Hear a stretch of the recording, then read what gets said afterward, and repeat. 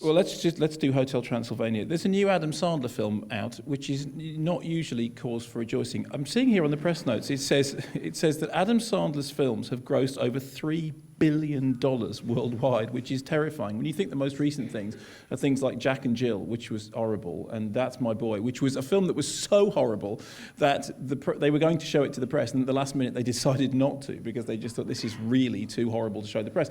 And it had got to the point, for ages and ages, I'd just forgiven Adam Sandler because of Punch Drunk Love, and as a result of the double whammy of Jack and Jill and That's My Boy, I said, that's it, okay, the amnesty is now over. I've given up being an apologist. And now along comes Hotel Transylvania, which is the least annoying Adam Sandler film I've seen in a very long time. Partly least annoying because he's not physically in it. He's in it verbally. He's a voice, right? He's the voice of Dracula in it. And this does suggest that actually there's the best way of having Adam Sandler in a movie is not to be able to, you can't see him, you can just hear him. So the story is, it's an animated monster romp. He plays Dracula. He's running a hotel for ghouls. It's like one of those, inverse things. The monsters are the good guys, the humans are the bad guys. He runs a hotel for ghouls. And his daughter is approaching her 118th birthday, and he is preparing the party. Here's a clip. Did you get to rehearse at all, Zombie Beethoven? Listen, Drac, we wanted to play something, like old times. We even thought maybe you'd sing with us.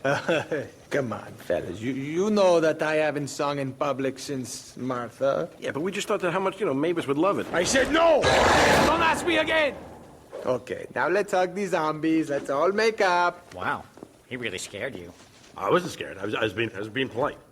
So, I mean, when we played that clip here in this absolutely packed theatre, there was a ripple, wasn't there? There was a murmur of amusement, wasn't there? Well, I've got there was a headphones chortle. on. I thought they laughed quite a lot. Yeah, they did, exactly. So, just like that, really. Yeah, and certainly more so than you would have in a recent Adam Sandler film. The thing with Hotel Transylvania is this: it's fine. I mean, I quite like the idea, that inverted idea about the monsters are the good guys, humans are the bad guys, which is basically Monsters Inc. But this has none of the longevity or sort of the classic quality of Monsters Inc. I also quite like the idea that it's because I'm somebody who kind of grew up with horror iconography and loving horror films. I like the idea of making things that refer to horror films but are movies for kids. Steve Buscemi is kind of funny as the harassed Wolfman. It's kind of washed its face in America in terms of making its own money back. The only problem is that I saw it on the same day as I saw Frankenweenie. We've got Tim Burton coming on the show next week to talk about Frankenweenie. And in the middle of, on the one hand, Paranorman a couple of weeks ago, and on the other hand, Frankenweenie, which is playing at the LFF, or is opening the LFF and is then coming out next week, both of which are similarly ghoulish themed films for kids, you realise that Hotel Transylvania is the sort of the lower point of that. So it's fine. I enjoyed it whilst I was watching it. It was, perfectly passable. It was the first Adam Sandler film I have come out of recently not just wishing to go and throw myself in a river.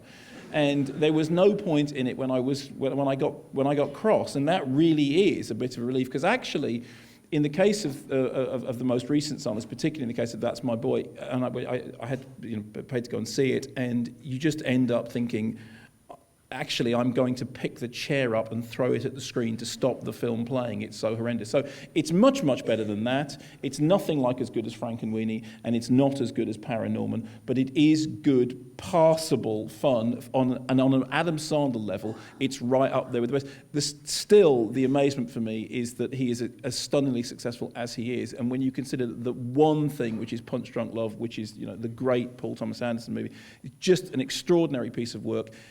The rest of his career doesn't make any sense to me. I still don't understand how you can make Punch Drunk Love and then go back and make Jack and Jill and all the rest of it. But it's perfectly passable and perfectly fine, but not as good as Paranorman or Frankenweenie.